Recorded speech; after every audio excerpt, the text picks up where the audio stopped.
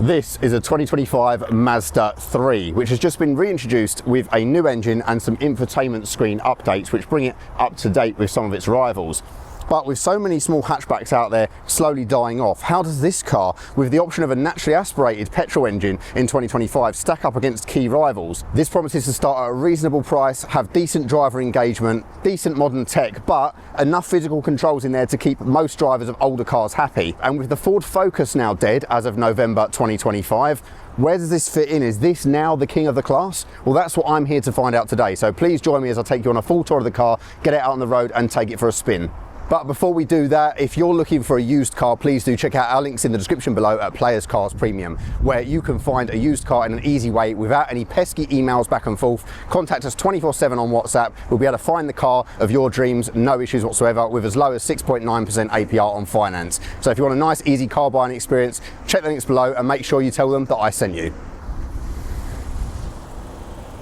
So the Mazda 3 starts in the UK currently for about £25,000 and goes up to around 35 for the top spec trim. The one I have here today is the entry-level engine, but in one of the higher trims, so it's kind of somewhere in the middle. So Mazda have done away with the standard entry-level 2 litre, which wasn't particularly a great unit, around 140 horsepower. They've replaced it with a 2.5 litre called the skyactiv-x, and whilst it has around the same power, it's a new engine for the 2025 model year, and it delivers more shove low down in the rev range than the previous one, so it does feel a lot more sprightly and a lot easier to live with. I'd say it feels pretty on par with something like a 1 litre EcoBoost in a Ford Focus, for example. And because it's a naturally aspirated engine, you don't really have to wait for the turbo to kick in to get that power either. It's a bit more linear than something like a Golf or a Focus. The higher end drivetrain is a 183 horsepower 2 litre called the skyactiv-x, which does feel a bit weaker most of the time. And that's because you only get the best of it when you're in the higher rev range. It's got a very small supercharger on it, which helps with that shove, but it's actually the more efficient of the two engines, so it's more powerful, but actually gets better fuel economy. They say between 45 and 50 mpg for most models. I've been getting in the base car around 40. The 6-speed manual is probably what most will go for because it's a really fantastic box, really short throw, fun to use,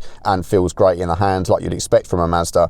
Or there's the option of a kind of old-fashioned torque converter automatic, which is a little bit sloshy in my opinion and not particularly great, especially when compared to rivals that have DSG dual clutch boxes and slightly more modern systems. Both engines are mild hybrid, but you wouldn't really notice that in operation. The only thing it really does is use that mild hybrid to help with the deceleration, so when you're dropping down the revs, when you're changing gears, it feels a little bit more snappy. But you feel it kicking in a lot more on cars like a Ford Focus or Ford Puma, etc. But of course this setup isn't going to be as fluid as something like a full hybrid in a Toyota Corolla. However, it's pretty impressive that Mazda managed to get at least 40 mpg economy from a 2.5 litre naturally aspirated engine. Trim levels then, there are a few to choose from, which makes things a little bit frustrating on the used market, but the prime line entry level car has pretty extensive standard equipment, including 16-inch alloys with wireless Apple CarPlay, Android Auto, rear view camera and LED headlights. The centre line then adds practical upgrades such as heated front seats and parking sensors, dual zone climate and keyless entry. Then there's the Humura, which adds sporty trim such as gloss black alloys, door mirrors and premium black cloth seats with red stitching. The exclusive line is the one that I have here today, which has things like a 12-speaker Bose surround system, chrome interior accents and improved adaptive LED headlights with the high beam assist and 18-inch alloys. The top spec Takumi trim is great if you can go for that one because it adds premium features like a 360-degree parking camera, electrically adjustable leather front seats with a heated steering wheel and enhanced ADAS features such as traffic jam assist on the Auto. The good thing is though, there's not really much in the way of options apart from adding some exterior styling features. Interestingly though, there is a sports exhaust option for £1,279 and you can also opt for upgraded exterior styling packs, including some bronze wheels and things like that. So it's interesting that there's a little bit of customization that you wouldn't find on other family cars. So then, taking a look around the Mazda 3, I think this looks fantastic, especially in these higher end sportier trims. And this one doesn't have the kind of optional accessories on the exterior either, but it does have the sort of gloss grey accents on this exclusive line trim, and as you can see it creates a really nice sporty look. And this paint, this is the Soul Red Crystal, and I promise you this looks absolutely epic in the sun. I know it's a very gloomy day here today, but you can hopefully at least see how this kind of shimmers a little bit. It's got a really nice metallic flake to it that really sets it off, and well worth the £800 as an option, I would say. But yeah, this definitely sets it off. This sportier trim, these alloy wheels for example in this grey definitely do help, as well as those accents down the sides and the front of the car. The front grille is really sporty, comes down to a nice point. You can see you've got that nice line there on the front end, just looks pretty aggressive. And then these lights are fantastic as well. They've got this kind of like crystal glass effect, which I'll put a clip in so that you can see a little bit, and the indicators all around the car have this sort of pulsing effect, a bit like a modern BMW, which looks quite expensive and classy. Not to everyone's taste, but I think it's pretty cool. But this definitely just looks a little bit sportier and a little bit more sharp than a lot of other cars in the class, especially something like an Astra or even a Ford Focus. I think this just has the edge, just looks a little bit special, doesn't it? And the fact that there are two exhaust tips at the back of this one, you've got the dual exhausts either side, and that works really well for the sporty aesthetic. And the fact that you can also get a sports exhaust system makes a difference as well. And then the back lights as well, that typical Mazda kind of ring design there. That design language goes throughout all of their cars and works really well. The rear has the integration of the button for the boot hatch underneath the Mazda logo, so it's nice and clean and out the way. And then you've got the gloss black accent for the roof spoiler there as well. On this particular one, you've got some chrome accents that run down the side of the car, and the rear privacy glass. This paint, I probably don't know how well it's coming across on camera, but it just looks fantastic. Even in these horrible cloudy wet conditions, it still really looks the part. And I just think the car looks super sporty overall. It really stands out. As you can see in this world of grey car park, this looks almost as though I've got a filter on it or something, but I promise you I haven't.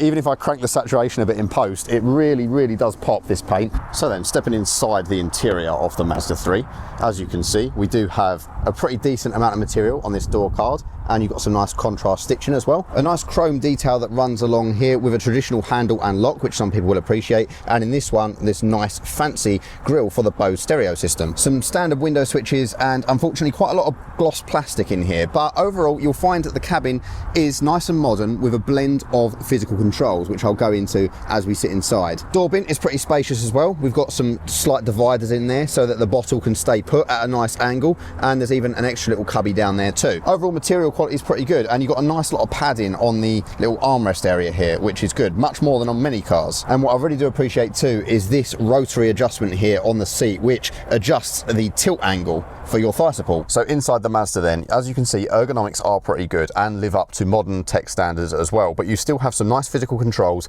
and decent materials in here for this price bracket.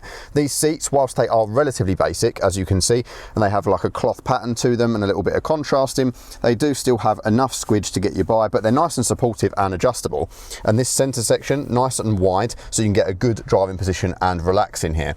Large steering wheel, which is leather wrapped. In this one, not heated, only in the top spec model, but it's got lots of physical controls on it, which are really nice, and it's got a nice sporty design. You've got the controls over here for your cruise control and speed limiter, and then over the other side you have your media controls, which are nice toggle switches that go up and down, which is pretty good. The gloss black does add a nice touch to it, but it is a little bit overused in the center area here, and you'll probably see that actually it does get kind of scuffed and scratched and smudgy quite easily, but it does break up the material a little bit. But in terms of the layout, everything is within reach nice and easily. You've got the physical climate controls, you've got a screen angled towards me, and then this small center area screen here. So the one in the middle is quite basic, but as you can see, you can have it so that it is kind of a standard dial, which I really do enjoy, and it shows the speed limit on the actual dial in terms of like the red tick there, and you've also got range and your current MPG, which you can change to just the number if you want to. And hitting the info button on the steering wheel will change this center layout a little bit so that you can have a few different options depending on your choice. So this one will show you kind of like your radar and cruise information, and these ones on either side are physical dials which light up in this nice white color, and I really do appreciate these. They do look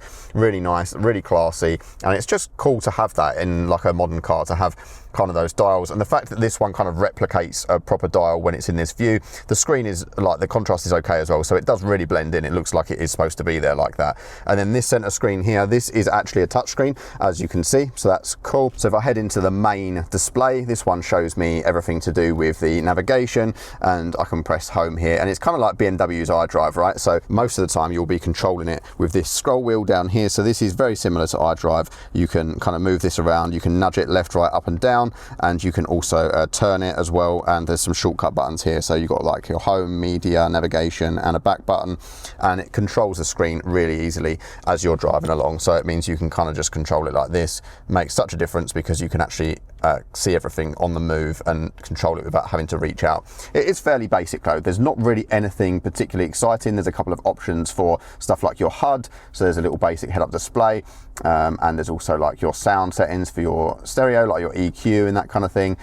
Some basic vehicle settings to do with the lighting and the sensing wipers, but there's not really any ambient lighting in here, nor is there any special features. So really this is just super basic, but some people will appreciate that, and obviously the fact that I can go into Apple CarPlay makes it nice and easy. So Apple CarPlay, it looks quite good on the widescreen. It is kind of low resolution though, so something to bear in mind, but this is a really bright display, and as you can see, angled towards me makes it super easy to understand when you're on the move, which is nice. And overall, I like this two-step layout. I like the fact that this screen is kind of integrated up here, and you've got some squidgy materials on the top of the dash. Even up here feels pretty good. The glove box, quite generously sized, which is always a nice touch, and you've got some vents down there which are nicely integrated, and then of course your climate controls, and these have kind of a nice satisfying click to them, and they feel pretty good. They feel quite Audi actually, and then you've got some basic controls for them here. You can just set automatic and forget about it, and you've also got your heated seat buttons here, which are physical buttons, always a good touch, and a one-touch turn off, which I really like as well. Engine start stop button down here. It's a really nice simple layout, as you can see. No, not fussy or anything like that. Down this side, you've got some basic controls as well for your kind of ADAS systems and parking sensors and such. This one is actually a convenient mute switch for the warnings as well, which is really nice to have a physical button for that. And then you get a tiny little kind of coin drawer in here if you like. It's a little bit naff, but you could stash away something secret in there, I'm sure. And then looking down in the center, we've got a Qi wireless charger here, which is rubberized. That's a nice touch. And then some cup holders with some nice solid grippers in. That works really well. Although it is a bit awkward putting cups in there sometimes because it's kind of under the dash, but a small oversight. And then the manual gearbox in this one, and this is an absolute joy to use. Look at how short of a throw this is. It's really nice, sporty box, feels really reassuring, and I really do enjoy using it. And then of course down here, as I mentioned, you've got like your parking brake, auto hold, and your media controls, as well as a nice volume toggle. So a physical, again, it feels really nice quality actually. And then the start button is a favorite button, which you can program to something of your choosing. Down here we've got a really nice wide center armrest, which is adjustable, so you can move it back and get access to the USB-C ports and the 12-volt charger socket, or you can actually tilt it completely out the way, and it is also adjustable to a few different levels. It's a carpeted area. You've got the option to move this little divider here as well, so it's quite a nice practical space, and just creates that little bit of wideness to the interior cabin. It feels like you're not too cramped with your passenger. And then up top we've got a nice sort of frameless rear view mirror. You can see there is a large C-pillar, so it's not great visibility there, but the large door mirrors mean that it's quite easy to see those rear corners anyway, so I wouldn't be concerned about that. We've got this kind of flight deck looking warning bit here, your controls for your interior lighting, and a nice pull down area for your sort of glasses or sunglasses. And this is carpeted as well. It's got like a sort of a felt lining to it, which means that you can obviously place them in there without too much worry, and they don't clatter around too much. It's nice to see that's still existing, but obviously this means no sunroof. And it is quite dark in here as well with this headliner, but personally I quite like it. It feels quite sporty and quite cozy. But yeah, I'd like to know what you think. I think this is a really nice blend of old and new. This has the kind of the tech that you need, but it's not overwhelming, and people who aren't interested in these kind of digital cars that's all done through the screen with loads of different gimmicks, this is just a car. There's nothing too much to do in here. It's just a nicely laid out interior with decent quality materials, especially for this price point. So overall, I'm pretty impressed with it, and I've been happy with it the time that I've had the car. Stepping into the back of the Mazda 3, the only thing I would say is that these doors feel a bit cheap, these rear ones, but you know, it's really a bit of a nitpick to be honest. But the nice materials on the door cards do continue into the back with that contrast stitching and your nice little chrome strip and a physical door lock, which is always welcome. And again, a nice little compartment in the sort of side bin here with storage for a bottle. It's quite a lot bigger than a lot of other rear door cards, which is nice. But no real storage on the back of the driver's seat. There is a little storage pouch on the rear of the passenger one, and as you can see in my driving position, the seat is fairly far back, but the seat has quite a nice angle to it. So I'll hop in and show you that in just a moment. But we do have a 60/40 split back here, as well as a central armrest, which folds down and also has some kind of rubber grippers in. They're not as comprehensive as the ones in the front, but this is quite a nice material armrest and has quite a nice kind of feel to the actuation of it, which is always good. And then the covers for the ISOFIX ones are unfortunately the ones you can just flip out and remove. Obviously, if you're using it regularly, that'll make it nice and easy, but these can get lost in translation. And obviously, you know, if you come to owning a car a bit further down the line, it might have a few of these missing, which is a shame. But it's nice that they're durable, and obviously it won't interfere with the fabric on the seat, so it makes it quite easy for an installation of a baby seat, as well as the fact that this rear door does open quite wide as well, which makes a difference. But of course, there is a sort of transmission hump in the center, which means for middle passengers, it won't be spectacular, but no real extra amenities, no charging back here or ventilation or anything like that. It's just pretty basic, but does the trick. So stepping into the back of the Mazda 3, I've got this seat set up in my driving position at 6 foot. As I hop in there, yeah, not too bad actually. Like, I've got just enough space for my knees in my driving position. Obviously on the passenger side you can see the seat's a bit further forward, so I'd have a bit more space. But I like the fact that the seat is kind of raked upwards quite a bit, so it means that when I'm kind of trying to get comfortable, I've got that little bit more thigh support, which is always nice. And headroom, I suppose, is a little bit of an issue. I've probably got about an inch and a half. The actual seat comfort is pretty good back here. And of course you've got the practicality of the child seats available as well.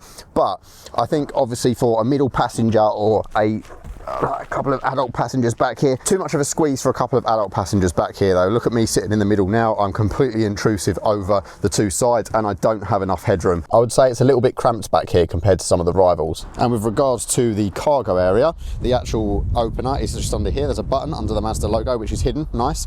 And then in here you get a fairly generous space, to be fair. Obviously the shape of the car does help quite a bit because of the hatchback. It's got quite a tall cargo area, which is always nice. But obviously, as you can see, a very big load lip, so not particularly practical for loading larger items, but it's no worse than something like a Ford Puma, for example.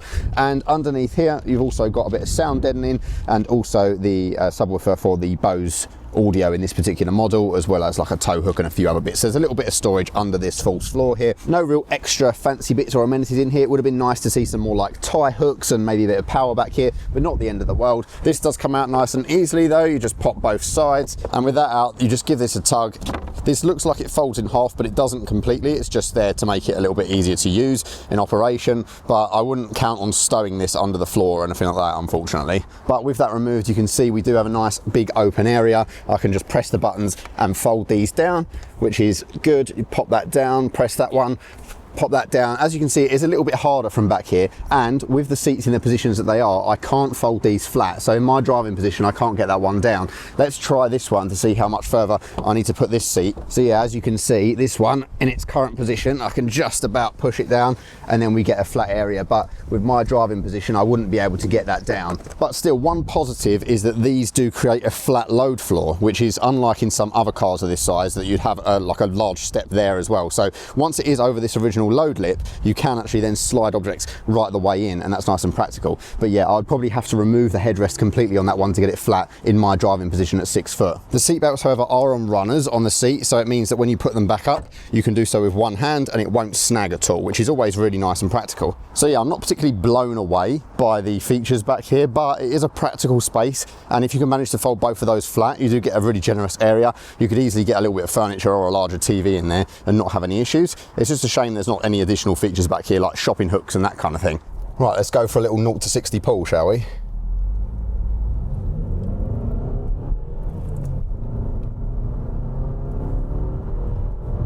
This gearbox is a joy to use actually. It's so short throw.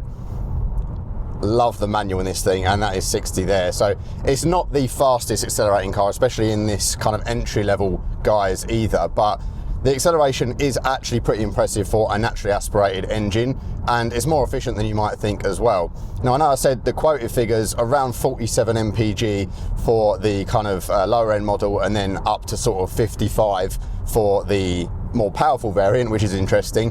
But this one, I've been averaging about 40 mixed driving, so it gives you a bit of an idea. It's not going to be as efficient as something full hybrid or anything like that, but it's a nice smooth engine, nice linear power delivery thanks to it being naturally aspirated, and even on the supercharged variant it doesn't feel like it's got a lot of lag or anything like that, so very pleasant indeed. Overall refinement in here as I'm cruising along is really good. You do get a little bit of tyre noise on these larger wheels, but it's really not the end of the world, and Mazda have made sure to put a bit of insulation in the cabin as well. There's even a bit of a layer between the kind of the carpet and the shell of the car. They've done some additional work there to make it a little bit better than the previous generation Mazda 3, and the chassis is quite compliant even now that they've changed back from multi-link rear suspension and gone with a more traditional setup on the rear. It does help reduce the noise in the cabin, and there's some sound deadening in the kind of boot area as well, which is always good. Most of the time I'm going to be driving with the stereo up a little bit anyway, so I'm not really going to notice any noise from here. Of course, like any car, it would probably benefit from some laminated glass, which it doesn't have. but really actual cabin noise is pretty good. I don't feel disturbed from the outside world at all, and there's no knocks or rattles from the chassis or suspension. The suspension's pretty compliant in normal day-to-day situations. You can feel a little bit crashy over potholes and bumps sometimes, but day to day, generally, you're going to be absolutely fine. It's definitely more refined than a lot of other cars in this segment. Over subtle road surfaces, it just feels engaging. You feel like you can really feel what's going on with the car, but it dampens it all nicely. And the driving position is absolutely superb in here. I can rest my elbows, I can sit up nice and straight. I've got the kind of adjustable seat here that I can get a bit of thigh support when I need it, which is quite rare for a car of this size. And I've got a great view over the bonnet. Visibility out the sides is really good, and although there's a big C-pillar in the rear view mirror, the rear cam helps with that when parking, and generally I can see the back corners of the car really well in these large mirrors. The interesting thing about the powertrain is you don't actually feel the mild hybrid system working. It's not like one of these cars where it kind of seems to help you a lot off the line in this manual variant. You don't really feel it at all, but what it does help with is it's got some clever tech in there where you change it up a gear and it will help drop the revs a bit quicker, which gives it a sportier feel and also makes the gearbox a little bit more engaging and easy to use. It is a shame though that it doesn't then use that to do an auto blip on downshift, because I think that would really add to the sporty driving dynamic. But yeah, this manual box is sensational. If I drop it down into third here, give it a blip, and up we go into fourth. Oh, the clutch is a joy to use as well. It's not really light, but it's not heavy and unusable. You could still use it over a long journey and not be too fatigued by it. It's just got a really nice mix to it, and you can feel the bite super easy, which isn't always the case on petrol engine cars. But I think the larger capacity probably does help with that as well. But it's just the actual feel of this gear shift. It's such a short throw. It feels so sporty to use, and you can feel the gear slot in super nicely. There's no slop at all. It's just such a great box, and I expect nothing less from Mazda, to be honest. It feels like this on all of their sports cars as well, so it's great that they're keeping that alive. But it is such a shame that on the automatic variant, which a lot of people will want to go for nowadays, the auto box is that kind of sloshy torque converter, a little bit old-fashioned. You can tell it's old-fashioned because it really hits the economy as well, whereas most modern boxes don't affect it that much, especially with the mild hybrid tech in tow. My literal only complaint about sitting here is that this gear lever, for me at 6 foot, feels a little bit far away. I really have to stretch my arm out, but you know, it does add to the kind of feeling of engagement with the car. There is no real adjustments on this though. You can't change the steering feel, the throttle response, and that kind of thing. There's no like driving modes that really make a difference. So, you know, you get what you're given, but what you are given is a really nice driving experience that is a bit of a cut above a lot of the other rivals, which is, you know, something quite important in 2025 when most cars are going down this generic route. My theory is though that Mazda will eventually do the same, because having been to the launch of the 6E, whilst I did like it overall, underneath it is just a rebadged Chinese EV, and it definitely didn't have that Mazda feel to it. It didn't have the same level of engagement and the same kind of interior finish and that kind of thing. So yeah, day-to-day refinement, good. I would say probably better than lots of other cheaper cars, which is always nice. But let's see how it acts in more sporty situations. I'm gonna whack it down into second here for this roundabout, and I'm going to, there we go, we've got an opportunity, a window to chuck it in. Of course, being a front-wheel drive car, I'm also kind of expecting it to fall apart a little bit here. No, actually, not too much understeer there. I can feel that the rear didn't want to do much for me, but it still felt good round then. Oh, this box, I love it so much. And I really don't like driving manual cars now, to be honest, day to day, because, you know, sitting in traffic is not the best experience, but the joy that this brings you when you're actually out on the open road, I do think makes up for it. Continuing the theme of that gearbox, like I said, the automatic one, probably a little bit disappointing for most people, to be honest. And what I will say is that if you do want an automatic car that's going to be a lot more efficient as well, probably a Toyota Corolla is going to be an interesting one there, because it's not on the same level as this in terms of fit and finish, but it's just so much more efficient, and also, yeah, so much smoother to drive with that kind of electric hybrid drivetrain. Right, again, back to Mazda talk though. Let's chuck it into a bend. Not too much interference from the magic systems of computers there, which is always good. Traction control isn't too intrusive, nor are the ADAS systems. When you're going down a country road or something, it's not going to be tugging you left, right and centre to try and get you back in lane. The ADAS, obviously you've got the speed limit warning, which you can turn off in the menu, but it's not that intrusive, to be fair. It hasn't bothered me too much. And the rest of the systems, whilst they exist, they're not too bad. The only one that really I've noticed is when you're on the motorway, if you're tailing someone too close, the system will warn you and it will try and stop you accelerating quite as hard, like you can feel it pull off the power. And I don't think that's a problem. I think that's a good safety feature. It feels so good out on the open road. When you get into a sporty driving situation, it's just so much fun. I do definitely think that extra power in this base model has helped dramatically over the kind of pre-facelift versions. And I do also feel like the higher power variant would be the one to go for if you're going to do a lot of this sort of driving. But yeah, involvement is nice. Steering feel, let's talk about steering feel. It's a little bit more numb than I would like, but I can feel what the car is doing. It kind of reminds me a little bit of Volkswagen Audi Group stuff. Like, you can get some texture, but it doesn't feel like you're truly connected to the road, which is a little bit of a shame. It does take away from it slightly, but not too bad. It's definitely much better in terms of the dynamics than a lot of other cheaper cars and a lot of other kind of hatchbacks of this realm. But I would say that I perhaps prefer the Ford Focus a little bit in terms of how the steering wheel feels in the hand. But I'm nitpicking. I'm just going to enjoy using this box for a little bit. Braking feel also pretty good. Doesn't bottom out or go crunchy. I've got quite a lot of pedal feel until you get right down the end and sort of get to your emergency stop status. That's when you don't feel quite as much attachment to the mechanical brakes. But yeah, it feels okay. And let's get onto a more challenging road here, up into 4th gear now. I've got lots of confidence in the chassis though. It doesn't wallow around too much. Steering is pretty direct in terms of how responsive it is. Not much delay in the input. Into 6th now. And just cruising along down here. Lots of dips and variations in this road, but I can feel exactly where the car is in terms of the suspension, and it's ironing out the kind of more tricky stuff absolutely fine, which is nice. And blip the downshift. And again, yeah, it feels like a bit of a sports car gearbox. I really, really enjoy it. There's enough practicality in here to get you by day to day, and the engagement and driving feel is enough to keep true petrol heads a little bit happy if they're just looking for something that's not generic like a lot of cars do feel nowadays. I think if you're the sort of person who's worried about getting in something that's a little bit too digital, doesn't have much analog feel to it, and you're not really bothered about getting something automatic, then the Mazda 3 is going to serve as a great option. And of course you've got rivals from Stellantis such as your Peugeots and the Vauxhall Astra, etc. But I do think that this is going to feel like a nicer product. Round town manoeuvrability pretty good as well. The steering isn't as light as some for these kind of low speed manoeuvres, but the actual turning circle on that is good. And like I said, the clutch is a real joy to use as well, so you're not really going to have any concerns at your low end when you're dawdling around in car parks. And dawdle around in car parks I do a lot of these days.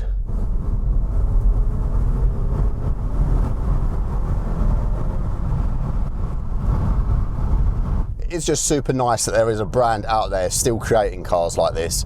And I worry that it won't be for much longer, but Mazda are always very keen on their heritage, and they're also very keen on keeping driving feel and involvement, and they've said so at many of their press launches, so let's hope that that really factors in going forward. A lot of other cars are totally numb, or when you chuck them in they flop around like a wet sock, and that's not what you want when you're driving on a road like this. You want a little bit of involvement. Long story short is, if you've been a Mazda fan before, I'm sure you'll be happy here. And I think that actually now, this is one of the kings of the segment with the Focus no longer in production. I just really wish the auto was better, but if you want a manual, yeah, you can't go wrong with this one. So thank you guys so much for watching. Thank you so much to Mazda, as always, for sending out the car. I appreciate all the likes, comments, subscriptions. It goes such a long way, so please make sure to do that. And if you're looking for a used car or a used Mazda 3, then do check us out in the links below. Make sure you tell them I sent you, and we'll be able to find you a good deal on the car that you love. So thank you so much for watching. I'll see you in the next one. Bye-bye.